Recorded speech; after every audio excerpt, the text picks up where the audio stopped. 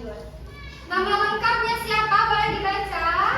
Utsman bin Affan bin Abi bin Umayyah bin Abi Syam bin Abi Manaf. Yang laki-lakinya kemana? Ayo sebutin. Nama lengkapnya siapa?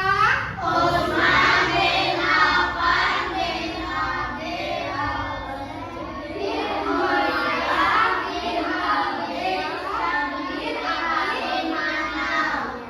Beliau lahir di Mekah pada tahun 576 Masehi. Nah, beliau itu memiliki julukan. Ada yang tahu? Enggak. Nah, julukan dari Utsman itu adalah Dzul Nurain, artinya pemilik dua cahaya. Kenapa Utsman dikasih julukan pemilik dua cahaya? Karena Utsman bin Affan itu menikahi dua putri Rasulullah sekaligus, yang mana sahabat-sahabat lain tidak ada yang menikahi putri Nabi dua sekaligus gitu ya. Namanya siapa aja? Boleh? Ruqayyah dan Ummu Kulsum. Nah, Utsman bin Affan itu menjadi khalifah pada usia ke-70 tahun. Selama 12 tahun. Lama atau sebentar tuh? Lama. Beliau itu menjadi khalifah paling lama di antara 4 khalifah yang lain. Nah, perannya apa aja selama dia memerintah? Yang pertama itu dia menumpas pemberontakan. Salah satunya itu di daerah Khurasan ada salah satu kaum yang memberontak karena dia nggak setuju gitu, kesel. Makanya dia memberontak pada kepemimpinan Utsman bin Affan. Yang selanjutnya Utsman bin Affan itu berhasil membukukan Al-Quran. Kalau pada saat Abu Bakar, beliau hanya mengumpulkan lembaran-lembaran Al-Quran. Tapi kalau pada Utsman bin Affan, beliau membukukan Al-Quran. Kenapa beliau membukukan Al-Quran?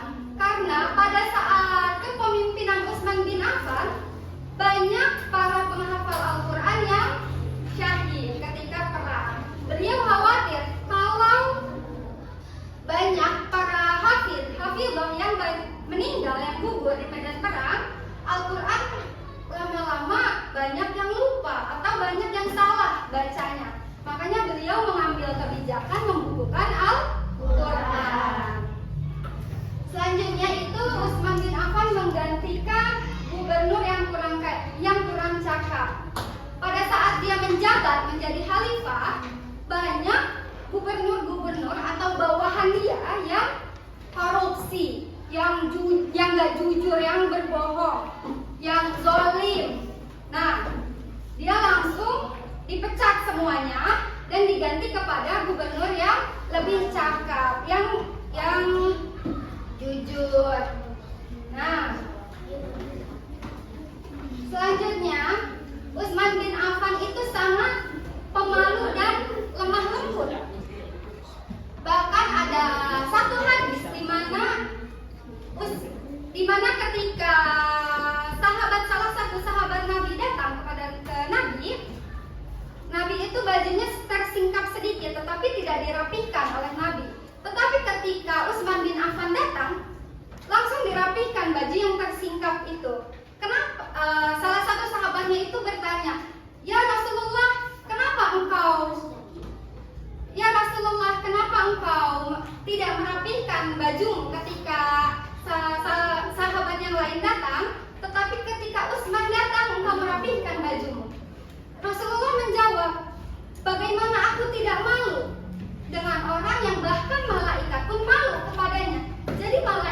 Jadi dari hadis itu kita bisa ambil kesimpulan bahwa malaikat pun malu kepada Utsman bin Affan, karena Utsman bin Affan itu sangat menjaga. Dia tidak berani hal-hal yang buruk, hal-hal yang berdosa. Selain itu dia juga lemah lembut. Perkataannya nggak ada yang kasar, nggak ada yang sarkas, nggak ada yang jorok-jorok. Semua perkataan yang terlontar dari dirinya adalah nasihat-nasihat yang baik. Selain itu Utsman juga sangat penyabar dan dermawan.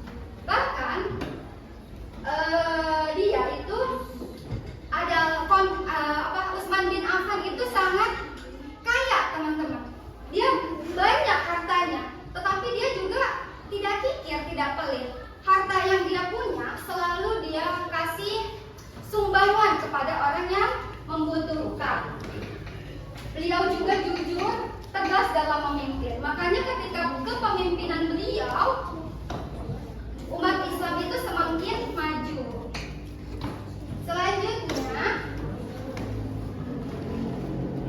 Utsman bin Affan itu wafat pada tahun ke-656 Masehi. Pada saat itu, Utsman bin Affan lagi membaca Al-Quran. Tiba-tiba rumahnya itu dikepung oleh para pemberontak.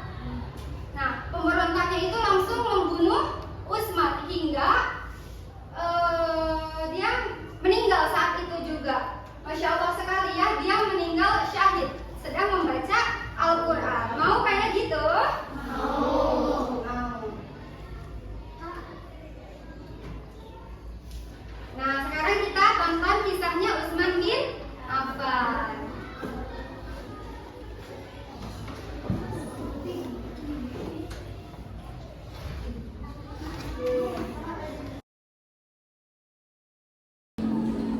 Selanjutnya kita bahas tentang keteladanan Utsman bin Affan. Nah, Utsman bin Affan itu tadi sifatnya gimana? Dermawan, terus lemah lembut, betul. Apalagi? Pemalu. Apalagi? Jujur. Penyabar, tanggung jawab. Nah, Utsman bin Affan itu sangat dermawan. Kita harus mencontoh. Contohnya itu ketika ada teman yang membutuhkan atau gimana, kita harus saling membantu, saling tolong menolong. Utsman bin Affan juga sangat penyabar. Jadi kita harus mencontoh. Jadi misalkan teman-teman lagi ditimpa musibah, teman-teman itu harus bersabar, bukan nyeletuk. Cobaan lagi, nggak boleh ya, tapi harus bersabar, dinikmati. Selanjutnya Utsman bin Affan juga bertanggung jawab dalam kepemimpinan. Kita bisa mencontoh Utsman bin Affan walaupun kita tidak jadi pemimpin. Misalnya, ketika ada anak-anak diberikan tugas oleh guru atau oleh orang tua, nah kalian harus mengerjakannya, harus patuh, nurut ya. Itu contoh dari bertanggung jawab kepada diri sendiri. Selanjutnya ada menjaga kemudian Al-Quran. Kalian bisa menghafal Al-Quran. Nah, Utsman bin Affan juga lemah lembut serta pemalu. Tapi pemalu di sini itu bukan kalian ketika punya pendapat kalian nggak mau berpendapat. Kenapa? Saya mau pemalu, saya mencontoh Utsman, nggak boleh ya. Tapi teman-teman harus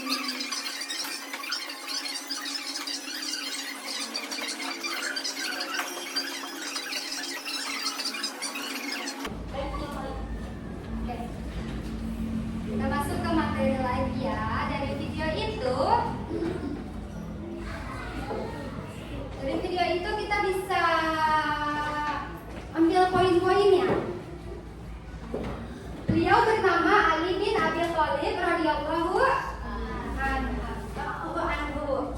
Nama masa kecilnya itu Haidarah. Dia dipanggil Haidarah sama ibunya sewaktu kecil. Tetapi ketika dia sudah besar, dia dipanggil Ali bin Abi Thalib. Dia lahir pada tanggal 13 Rajab tahun 21 sebelum Masehi atau 599 Masehi. Beliau mempunyai julukan yaitu Karamallahu Wajhah. Kenapa dipanggil Karamallahu Wajhah? Karena beliau itu selama hidupnya, walaupun Islam belum masuk, beliau tidak pernah sekalipun menyembah berhala. Beliau juga tidak pernah melakukan hal-hal yang buruk, hal-hal maksiat. Semasa kecil, Ali itu diasuh oleh Nabi. Makanya Ali itu memiliki sifat yang jujur, sifat yang baik, dermawan. Itu hasil dari didikan Nabi Muhammad Sallallahu Alaihi Wasallam. Ini udah ya. Nah, kepribadian Ali bin Abi Thalib. Beliau itu pemuda yang cerdas. Seperti yang tadi kita tonton, Ali itu banyak menyelesaikan masalah-masalah kaum muslimin. Dia juga rajin dan ulet. Jadi dia rajin, misalkan dia pengen menguasai matematika. Nah, dia rajin terus menekuni, dia terus belajar matematika sampai dia bisa. Nah, beliau juga sosok yang berani. Ada suatu kisah di mana ketika Nabi Muhammad hijrah dari Mekah ke Madinah, rumahnya itu dikepung oleh para kaum musyrikin dong. Nah, Ali bin Abi Thalib menggantikan Rasulullah. Jadi Rasulullah keluar pergi ke Madinah, yang di rumah Rasulullah itu adanya Ali. Dia pura-pura tidur. Nah, beliau juga sosok yang peduli, memiliki akhlak yang baik. Nah, peranan Ali bin Abi Thalib ketika menjabat itu sama seperti Utsman. Dia menggantikan pejabat-pejabat yang zalim, yang banyak korupsi.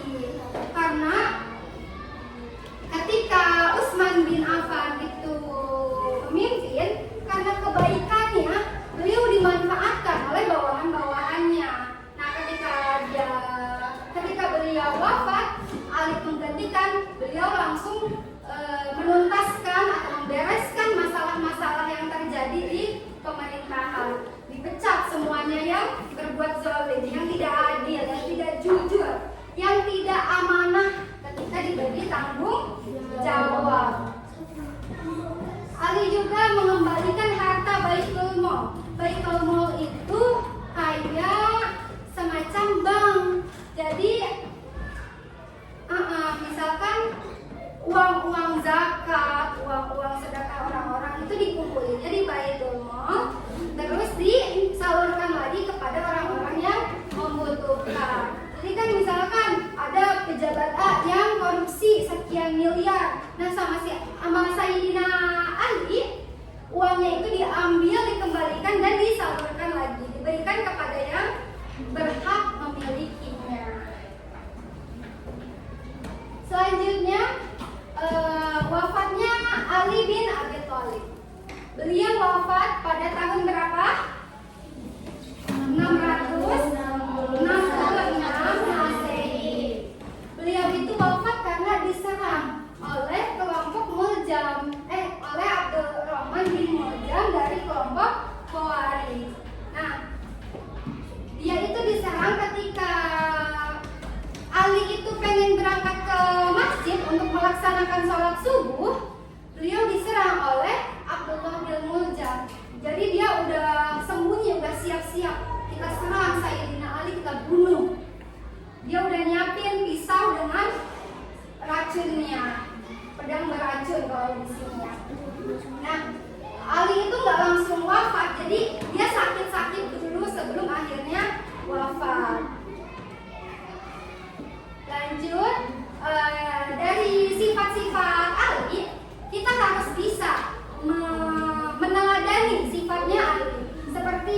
kesungguhan dalam menuntut ilmu. Kalian sungguh-sungguh nggak nih ketika menuntut ilmu? Sungguh-sungguh?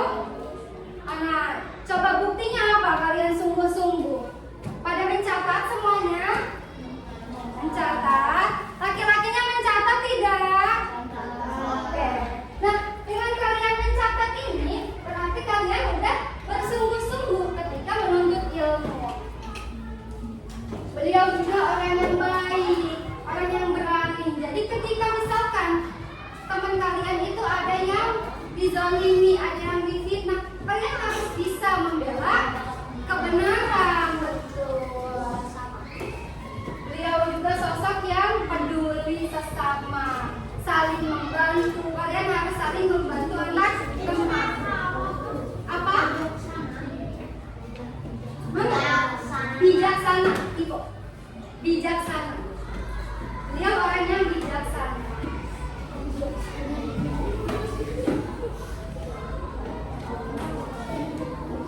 Nah, setelah kita mempelajari materi pertemuan sekarang, itu berarti khalifah yang ketiga dan keempat. Nah, diharapkan anak-anak tuh udah tahu kan? Siapa khalifah ketiga? Siapa khalifah keempat? Apa aja sifat-sifatnya? Kita harus meneladaninya seperti apa? Teman-teman harus tahu. Nah, di sini Miss punya sesuatu yang harus kalian isi. Sebuah booklet. Ini teman-teman bisa, anak-anak bisa bawa pulang ke rumah, bisa buat